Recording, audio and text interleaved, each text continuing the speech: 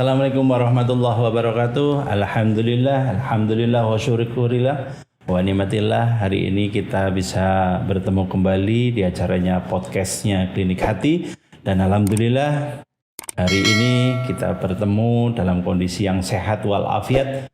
Dan tentunya dalam kondisi segar bugar, semangat terus menerus dan semangat pagi untuk terus menerus pula.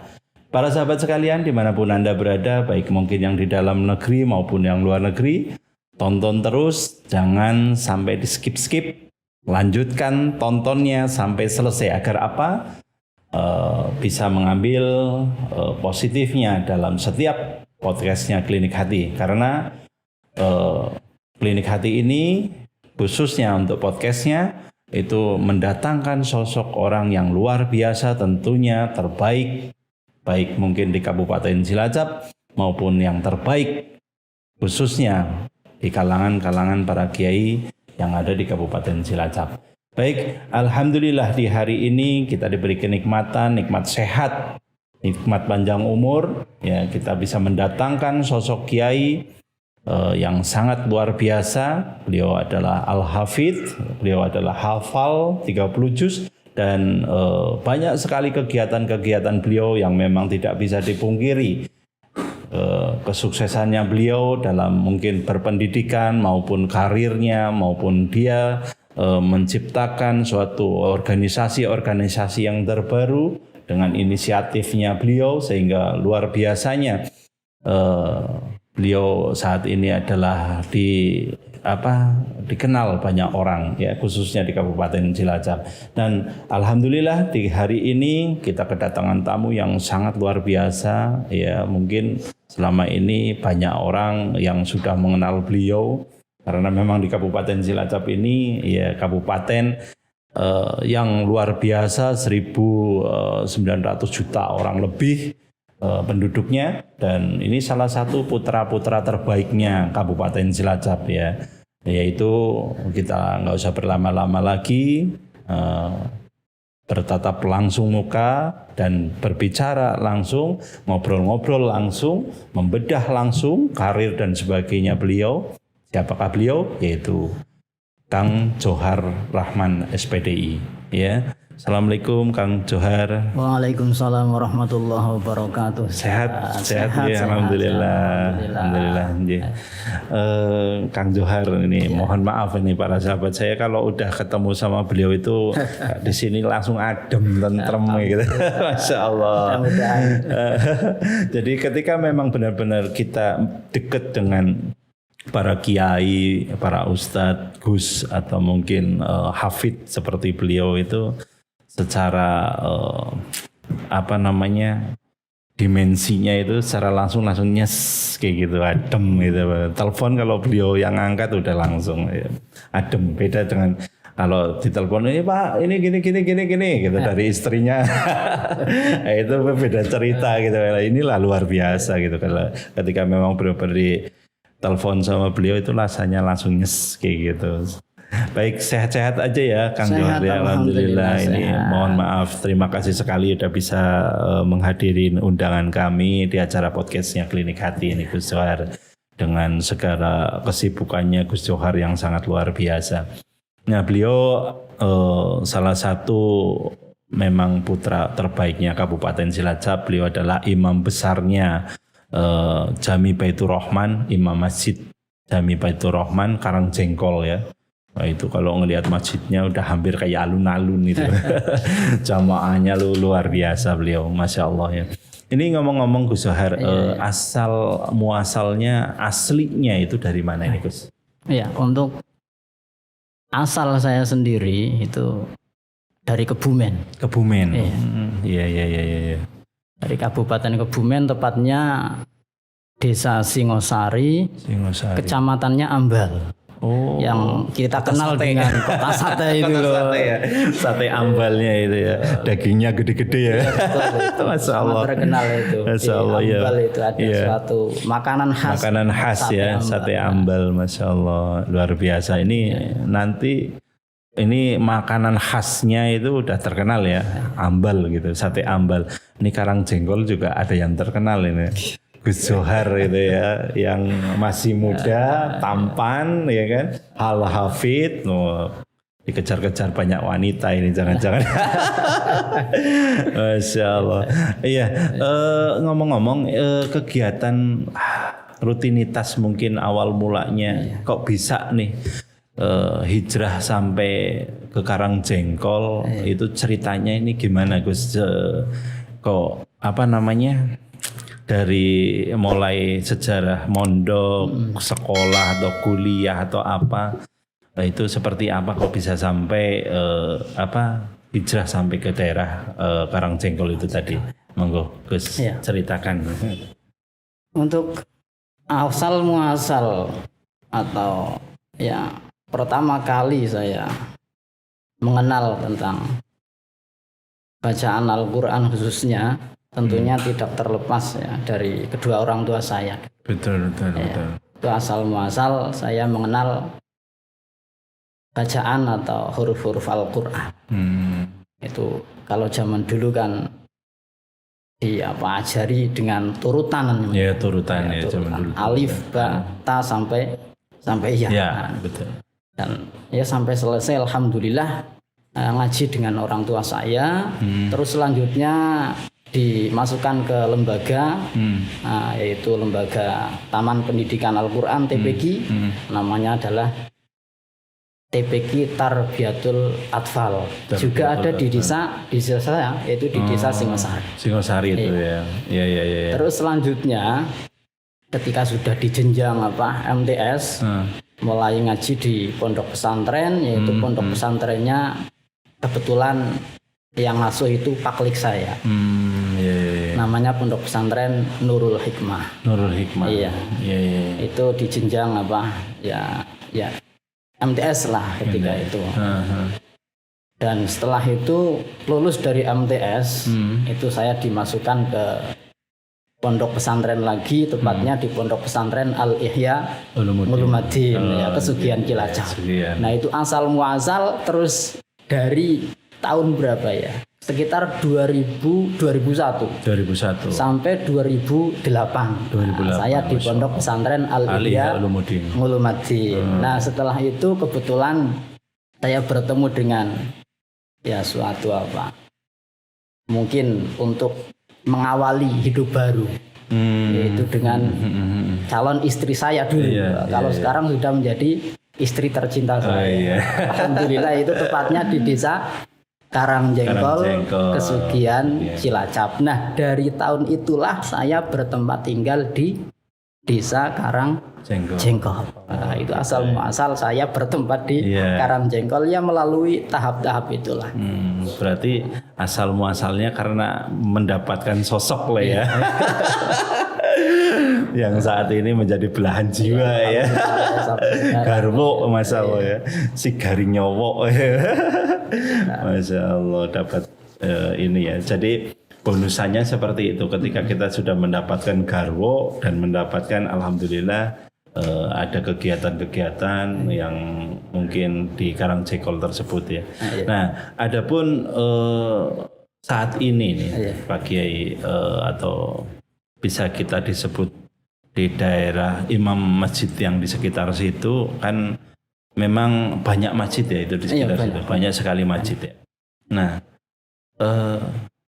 dulunya apakah itu memang benar-benar ikut masuk di dalamnya menjadi pendiri itu masjid atau mungkin gimana nih ceritanya sampai mungkin dengan adanya banyaknya sekarang kegiatan yang luar biasa dari mungkin hari Senin sampai hari Senin lagi itu kan full banget itu kegiatannya ya. Kalau saya lihat Masya Allah jarang sekali ini masjid sampai punya kegiatan yang se-full ini gitu. Itu ceritanya gimana nih Gus? Iya, kebetulan saya kan pendatang lah di Karangjengkol, bukan asli Karangjengkol. Iya, putra daerah. Dulunya inginnya saya menjadi orang biasa lah.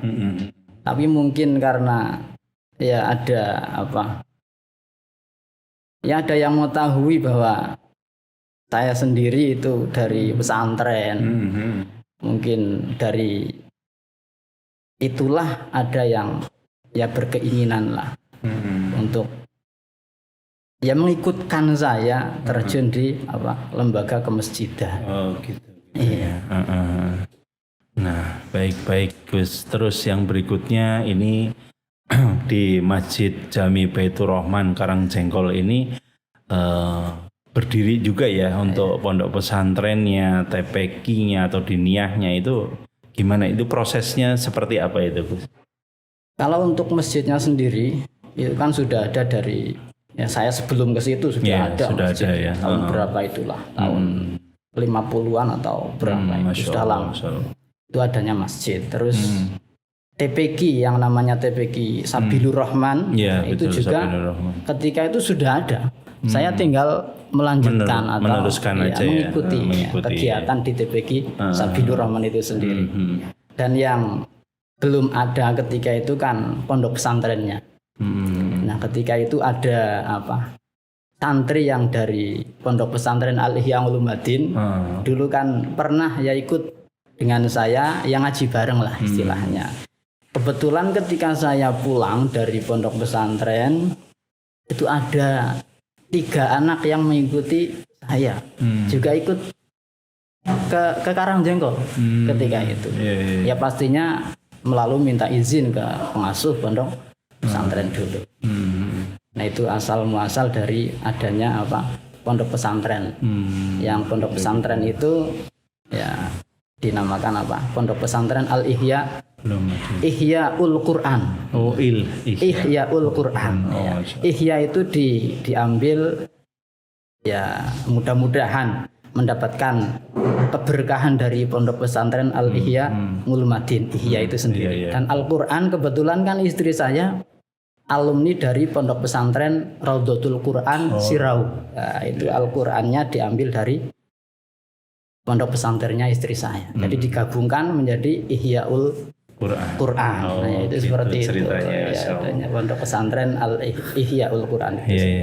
Nah, aktivitas Kang Johar sendiri untuk saat ini mungkin banyak sekali rutinitas yang ada di masjid maupun di pondok atau TPQ. Ini apa aja sih, ngadain rutinan seperti apa aja sih, monggo Kang Johar? Untuk kegiatan yang saya lakukan, khususnya kegiatan saya sendiri yaitu ada di kemasjidan atau kadang-kadang juga di sekolahan. Kebetulan juga saya diikut sertakan untuk membantu mengajar di sekolah. Masya Allah. Tempatnya ya sekolah SMP Yabaki 5 Kesugihan. Itu juga termasuk cabang dari Pondok Pesantren Al-Ihya Ulumuddin. Oh gitu, Masya Allah.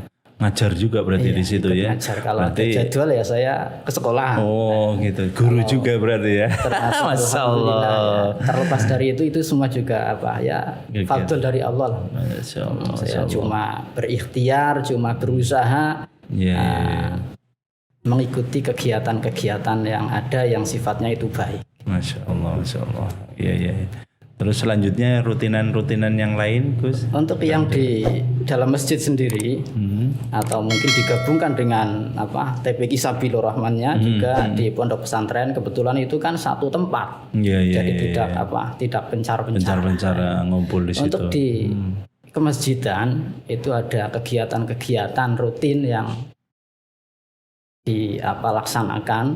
Ada mingguan, terus ada lapanan atau lapanan itu kan bulanan lah. Itu lapanan. Terus ada yang tahunan juga. Untuk yang mingguan itu setiap Jumat pagi yang tadinya belum ada di masjid. Nah, saya sendiri berusaha untuk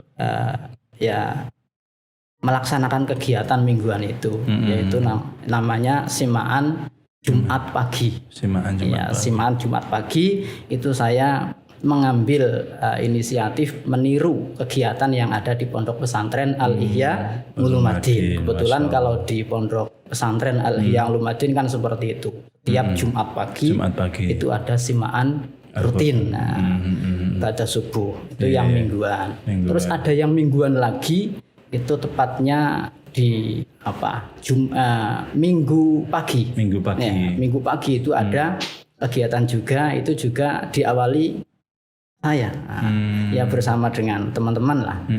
Atau bersama di masjid dengan juga di situ jamaah masjid situ. Namanya rutinan Mujahadah Asmaul Husna. Ya, itu juga setiap minggu pagi. Ba'da subuh. Itu juga mingguan sifatnya. Terus ada yang mingguan lagi itu malam Selasa. Ya, malam Selasa. Kalau yang sudah ada malam Selasa itu kan dilaksanakan zikir fida itu bersama dengan kesepuan-kesepuan. Malam Selasa. Di daerah situ khususnya jamaah masjid Jami Baitur Rahman. Nah, itu sudah berjalan sebelum saya di situ. Itu waktunya setelah sholat maghrib sampai isya lah. Ya. Itu fida ya untuk mengirim doa kepada leluhur atau kepada orang tua kita. Berarti itu rutin ya? Rutin setiap malam Selasa. Setiap malam Selasa, iya. Masya Allah. Nah, yang belum ada itu setelah Ba'da Isya. Nah, setelah Ba'da Isya itu juga sifatnya mingguan. Saya mulai kegiatan, yaitu kegiatan membaca sholawat Al-Barzanji dengan remas atau remaja masjid. Ya. Kebetulan ya alhamdulillah sampai sekarang itu sudah berjalan.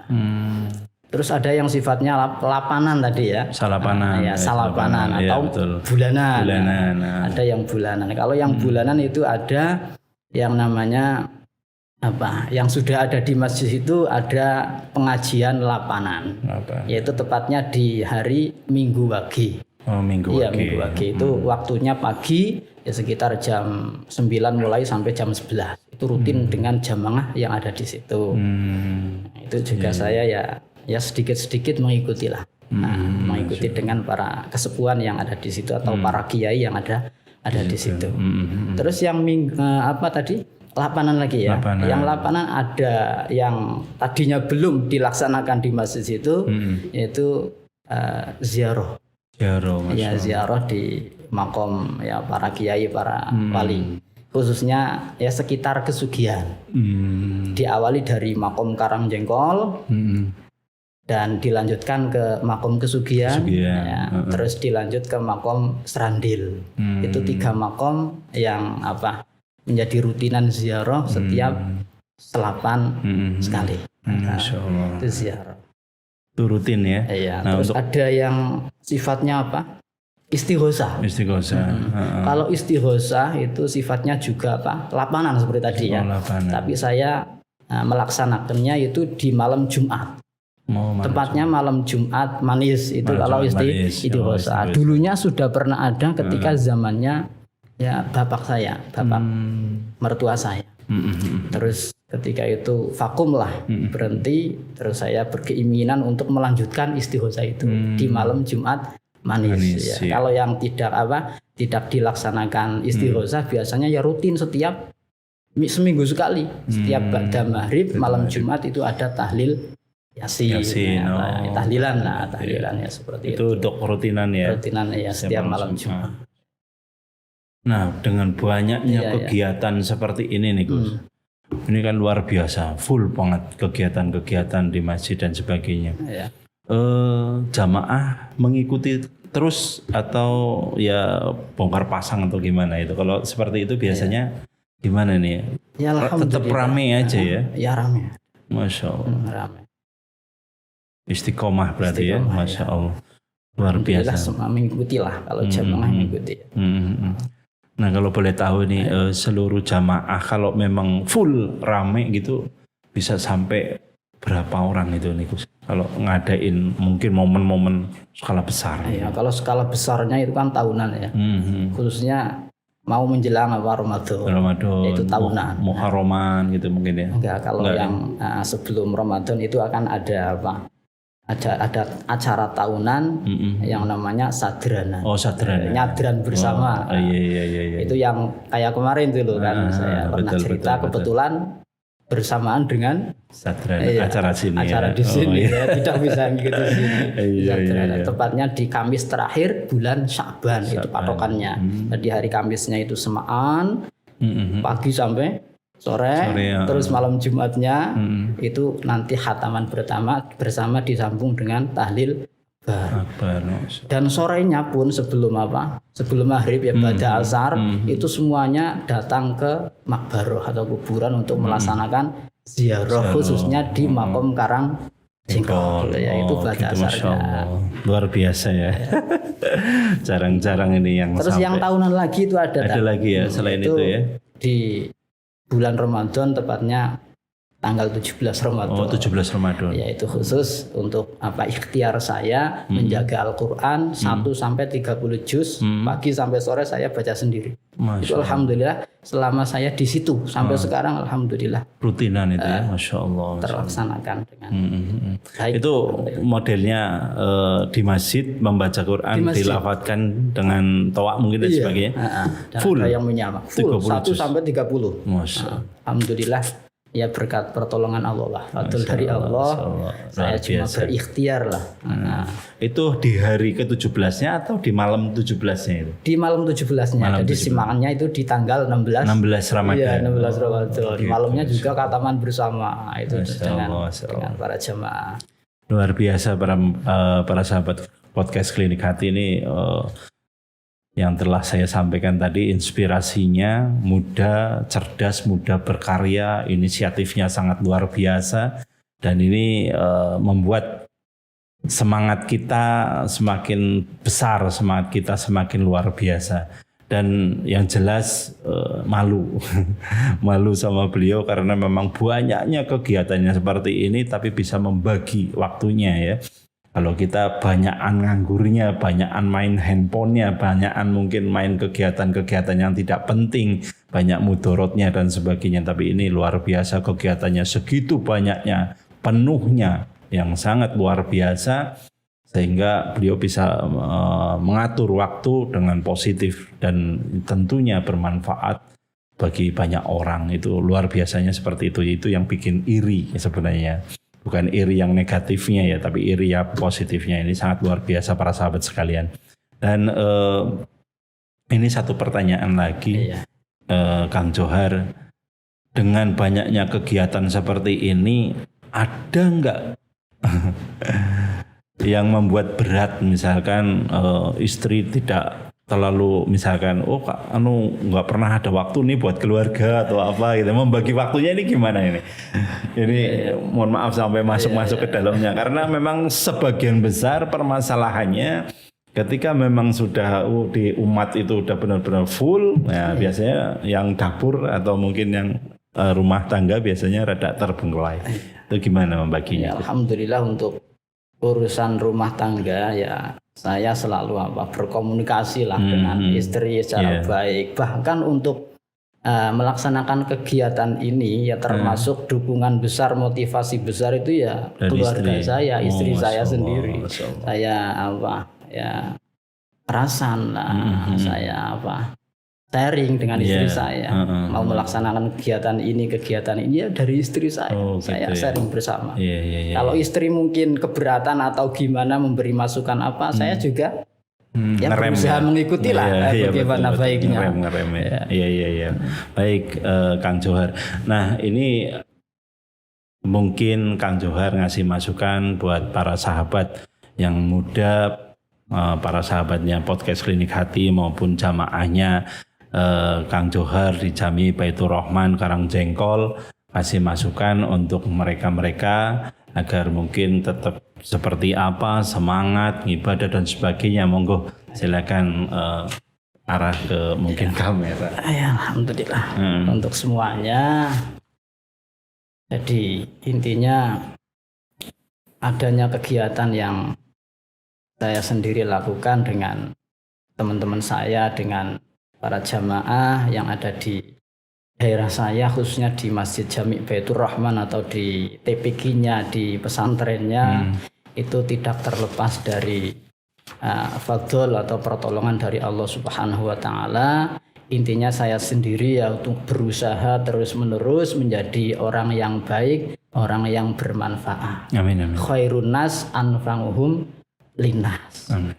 Jadi saya cuma berikhtiar, berusaha, selebihnya saya pasrahkan atau tawakal kepada Allah Subhanahu wa Ta'ala. Dan semuanya itu ya banyak sekali dukungan dari orang-orang terdekat saya, dari keluarga, dari teman-teman, dari semuanya. Itu semua ya mendukung atau memotivasi saya sendiri. Baik. Dan mudah-mudahan ya yang kita lakukan khususnya itu diberi ridho oleh Allah Subhanahu wa Ta'ala, menjadi amal soleh atau bermanfaat bagi saya sendiri, keluarga dan semuanya. Amin. Baik para sahabat podcast Klinik Hati, kita akan buktikan beliau Kang Johar Al-Hafidh membacakan ayat-ayat Allah yang tentunya ayat-ayat ini pastinya akan membuat tergetar hati kita dan membuat hati kita damai, tenang, insyaallah ya. Kita langsung aja kepada Kang Johar Rahman SPDI untuk membacakan ayat Allah tersebut. Monggo Kang Johar. A'udzu billahi minasy syaithanir rajim. Bismillahirrahmanirrahim. Man 'amila shalihan min dzakarin aw unsa wa huwa mu'minun falanuhyiyannahu hayatan thayyibah وَلَنَجْزِيَنَّهُمْ أَجْرَهُمْ بِأَحْسَنِ مَا كَانُوا يَعْمَلُونَ فَإِذَا قَرَأْتَ الْقُرْآنَ فَاسْتَعِذْ بِاللَّهِ مِنَ الشَّيْطَانِ الرَّجِيمِ صَدَقَ اللَّهُ الْعَظِيمُ. Alhamdulillah ya Allah, adem banget, tentram, tenang, damai ya Allah. Ini luar biasa memang ya. Kita dengarkan lantunan tersebut di atas dan membuat diri kita lebih damai, lebih tenang, lebih tentram mendengarkannya dan bergetar jiwa kita ya. Baik, mungkin itu salah satu contoh ayat-ayat yang dibacakan oleh Kang Johar Rahman SPDI Al-Hafidh. Baik, terima kasih buat Kang Johar atas waktunya, atas sharingnya di podcastnya Klinik Hati. Ini sangat luar biasa manfaatnya bagi mungkin para sahabat sekalian. Maka dari itu jangan mudah buka tutup, langsung fokuskan, dilihat dari pertama sampai akhir, itu pasti akan mendapatkan manfaatnya dan semangatnya khususnya untuk Kang Johar ini.